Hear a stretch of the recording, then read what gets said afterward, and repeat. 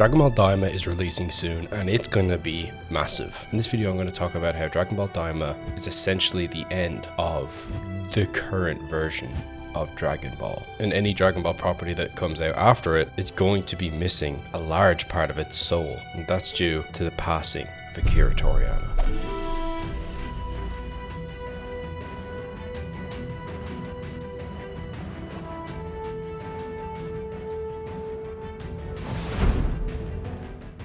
If you want to see more videos like this, please hit the subscribe button. You have no idea how much it helps. Akira Toriyama was born in 1955 and is one of the most iconic figures in the world of anime and manga. His career began in the late 70s with a manga called Dr. Slump, but the true claim to fame came with the creation of Dragon Ball in 1984. Akira Toriyama single-handedly revolutionized the shonen genre. And this isn't in a small way like perfecting a tournament arc or having surprisingly well-written characters. We're talking about changing the entire landscape and culture of anime. He revolutionized the shonen genre, balance of humor with a lot of action and adventure, crafting characters that have resonated for decades. His art style, recognizable for its simplistic yet expressive emotions, allowed the Dragon Ball universe to be capable of going global. Akira Toriyama's involvement in Dragon Ball was not limited to its manga and anime. He had a direct hand in the development of the character designs and stories of many of its films, games, and videos. While Dragon Ball Z expanded the scope of the appeal of his creations, Dragon Ball Super furthered the narrative of his ability to adapt and evolve his storyline, cemented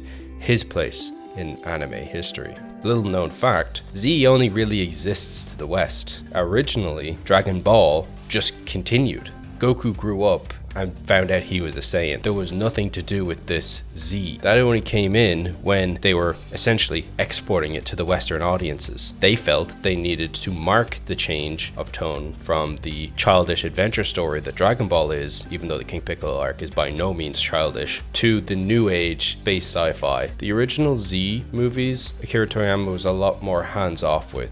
He did some character designs and wrote some of the stories, but he never considered the mainstream story. However, with the new movies, he did. And that's why those movies were adapted into the Dragon Ball Super anime. However, with all of these massive influential IPs, there came a time where Akira Toriyama's contributions to the world of Dragon Ball came to an end.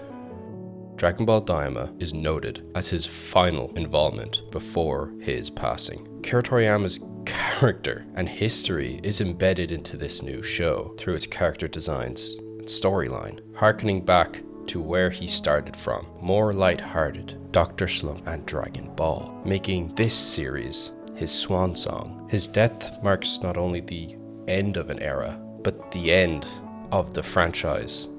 Without his direct input, it ends Dragon Ball. And because of that, I just want to go through and just cover the impact of Dragon Ball as a whole.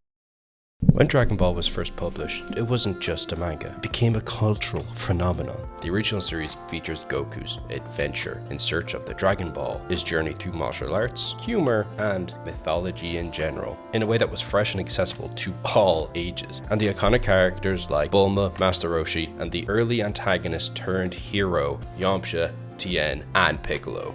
He also created a world with endless possibilities where dragons live alongside massive cities where the president is a furry. It simply has endless possibilities. Dragon Ball laid the foundation for modern shonen, directly influencing more or less every show that came after. It was a meteoric impact. Here's a list of all the popular mangaka that you might know that have directly said that Dragon Ball has influenced their manga and works.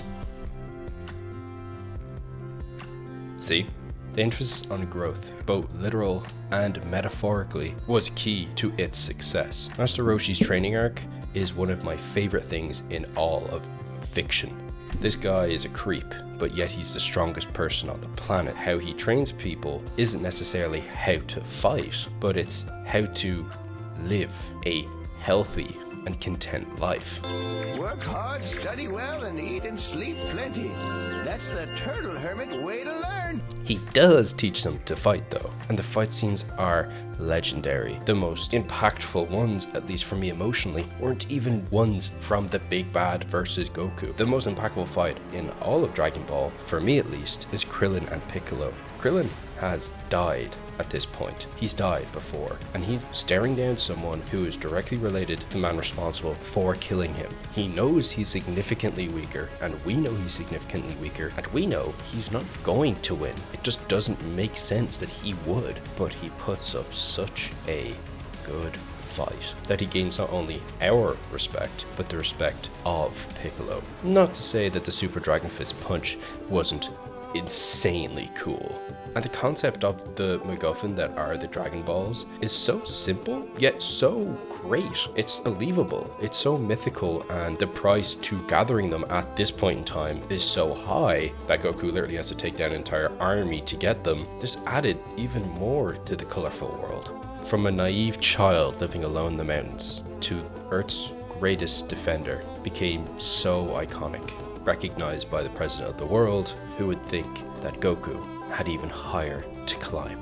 Dragon Ball Z expanded on the original formula and exploded into a worldwide sensation. While the original series had elements of adventure, Dragon Ball Z tuned up the intensity with massive battles, powerful transformations, and higher stakes. The introduction of the iconic roster of villains, mainly Frieza and Cell, but Boo isn't too bad himself. This alongside the world-class transformation of Goku into the Super Saiyan forever changed the landscape of anime, and this story in particular. It wasn't just the power-ups though. Dragon Ball Z gave depth to characters such as Vegeta's toxic pride complex into his redemption arc, which is my favorite part of Z.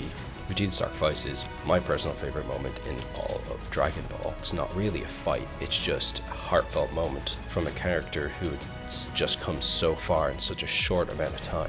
And Gohan's growth from a timid child to a warrior capable of surpassing even his own father at times. The themes of family, sacrifice, and in crazy space battle, fight, boom, bing, bang, boom, lasers, resonated with viewers across the globe, leading Dragon Ball Z to cement itself as a cornerstone of anime culture and making Goku the spokesperson of the goddamn Olympic Games. That's how big this shit is. You can't even put into words the impact of this part of the story in anime. Even decades after its original release, the show's influence can be seen in modern anime and media at large. And then there was a very long hiatus with no Dragon Ball content. People still loved Dragon Ball. It had its place in everyone's hearts. And then a movie came out, and people realized that we want and need more.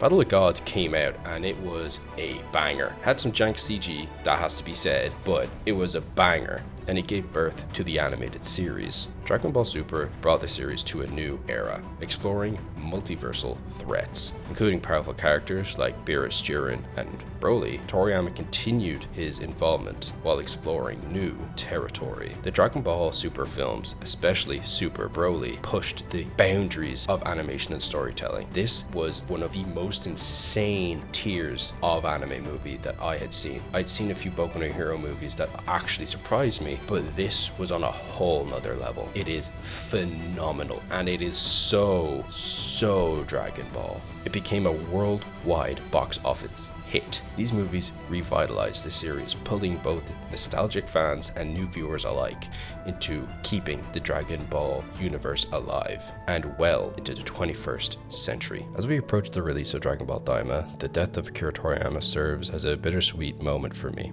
His influence on anime and manga is immeasurable, and his influence on me is the exact same. His passing marks the end of an era of manga and my life. However, this final project, Daima, offers a glimpse into how the franchise could evolve without him.